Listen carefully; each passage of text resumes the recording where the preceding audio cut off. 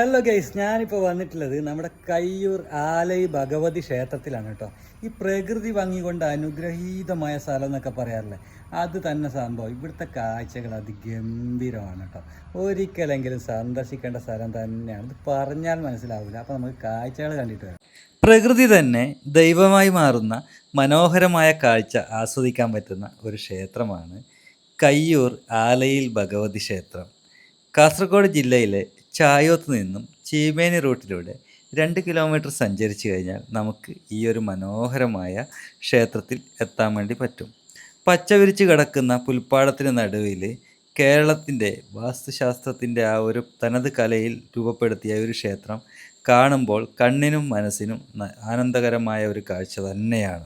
കേരളത്തിൻ്റെ തനത് ഗ്രാമഭംഗി ആസ്വദിക്കുന്നതിനും വളരെ സമാധാന അന്തരീക്ഷത്തിൽ പ്രാർത്ഥിക്കുന്നതിനും പറ്റിയ ഒരു സ്ഥലമാണ് കയ്യൂർ ആലയിൽ ഭഗവതി ക്ഷേത്രം. നിങ്ങൾ ഈ ഒരു ക്ഷേത്രം സന്ദർശിക്കാൻ ആഗ്രഹിക്കുന്നുണ്ടെങ്കിൽ മൺസൂൺ സീസണിൽ സന്ദർശിക്കണം എന്നുള്ളതാണ് എൻ്റെ ഒരു അഭിപ്രായം.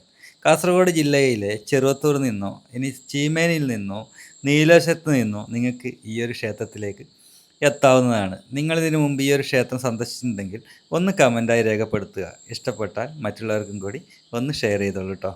താങ്ക്